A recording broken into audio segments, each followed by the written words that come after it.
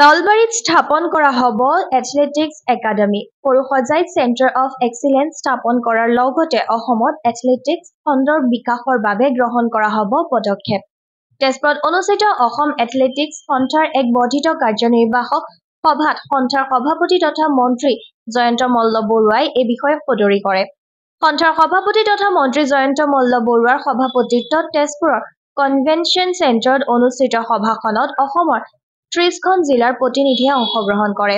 উক্ত সভাত সন্থাৰ আগন্তুক পৰিকল্পনা সম্পৰ্কে বিতং আলোচনা কৰা হয়। মন্ত্ৰীগৰাকীয়ে অসমৰ প্ৰতিখন জিলাত এথলেটিক্সৰ আন্তঃ ক্লাব প্ৰতিযোগিতা অনুষ্ঠিত কৰাৰ বাবে অসম এথলেটিক্স সন্থাই আৰ্থিক সহায় আগবঢ়াব বুলি সদৰি কৰে। সন্থাৰ আজি বৰ্ধিত কাৰ্যনিৰ্বাহক তেজপুৰত হৈ আছে আৰু আমি গোটেই দিনজোৰা কাৰ্যসূচীৰে গোটেই পুংখানুপুংখভাৱে আলোচনা কৰিছোঁ। অসম এথলেটিক সন্থাই এখন এথলেটিক একাডেমী নিৰ্মাণৰ চেষ্টা কৰিছে, য'ত আমি এথলেটিক প্ৰশিক্ষণৰ কাৰণে নলবাৰী নতুনকৈ নিৰ্মাণ কৰা জিলা ক্ৰীড়া ষ্টেডিয়ামটোত চলিব আৰু চেণ্টাৰ অফ এক্সিলেন্স হিচাপে সৰুসজাই ষ্টেডিয়ামত চলিব। গতিকে সেই ধৰণৰ ব্যৱস্থাৰে এখন একাডেমী কৰাৰ চিন্তা কৰা হৈছে। প্ৰতিটো আমাৰ ক্লাব টুৰ্ণামেণ্টলৈকে, য'ত আমি ইণ্টাৰ ডিষ্ট্ৰিক্ট ক্লাব টুৰ্ণামেণ্টবিলাক পাতোঁ, তাতো এথলেটিক সন্থাই এটা অৰ্থ সাহাৰ্য দি যাতে খুব সুন্দৰভাৱে প্ৰতিযোগিতাসমূহ চলাব পাৰে। তাৰ উপৰি এথলেটিক সন্থাৰ বছৰিকীয়া বাৰ্ষিক কেলেণ্ডাৰৰ পৰা আদি কৰি ভৱিষ্যতৰ দিনৰ গোটেই পৰিকল্পনাখিনি আজি ইয়াত আলোচনা কৰা হৈছে আৰু মই ভাবোঁ যে এই কথাবিলাকে আগন্তুক দিনত এথলেটিক সন্থাটোক আৰু শক্তিশালী কৰিব, নতুন প্লেয়াৰ আগবঢ়াই নিয়াৰ ক্ষেত্ৰত যথেষ্ট সহায়ক হ'ব বুলি আশা ৰাখিছোঁ। আজি এই তেজপুৰৰ কনভেনশ্যন চেণ্টাৰত অসম এথলেটিক্স সন্থাৰ এখন গুৰুত্বপূৰ্ণ বৰ্ধিত কাৰ্যনিৰ্বাহক সভা অনুষ্ঠিত হৈছে।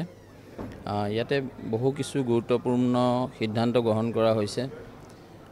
কিডছ এথলেটিক্স বা অসমৰ কাৰিকৰী যিখিনি আমাৰ এথলেটিক্সৰ বিষয়া আছে বা সকলো জিলাতে কোচ আমি নিৰ্মাণ কৰা বা বিভিন্ন আমি খেলুৱৈসকলক কি ধৰণে আগবঢ়াই নিব পাৰোঁ, কি ধৰণে সা সুবিধা দিব পাৰোঁ বা নতুন চাইণ্টিফিক পদ্ধতিৰে কি ধৰণে আমি তেওঁলোকক অনুশীলনত আগবঢ়াই নিব পাৰোঁ, এনেকুৱা বিভিন্ন কিছু সিদ্ধান্ত ইয়াত লোৱা হৈছে। আৰু অনাগত সময়ত আমি এই যিখিনি পদক্ষেপ গ্ৰহণ কৰিছোঁ, এই পদক্ষেপৰ জৰিয়তে আমি অসমৰ এথলেটিক্স জগতখনক আগুৱাই নিব পাৰিম বুলি মোৰ দৃঢ় বিশ্বাস।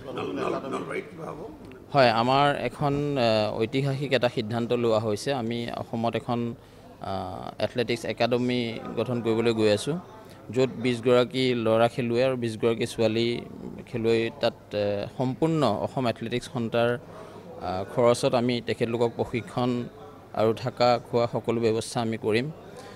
যিখন আমাৰ ইণ্টাৰ ডিষ্ট্ৰিক্ট হ'ব, আমি তাৰ পৰা চিলেকশ্যন কৰি আমি ভাল ভাল খেলুৱৈক ৰাষ্ট্ৰীয় পৰ্যায়ৰ প্ৰশিক্ষক আনি আমি তেখেতলোকক প্ৰশিক্ষিত কৰাৰ ব্যৱস্থা কৰিম। এইটো এটা নলবাৰীতো হ'ব, গুৱাহাটীতো হ'ব।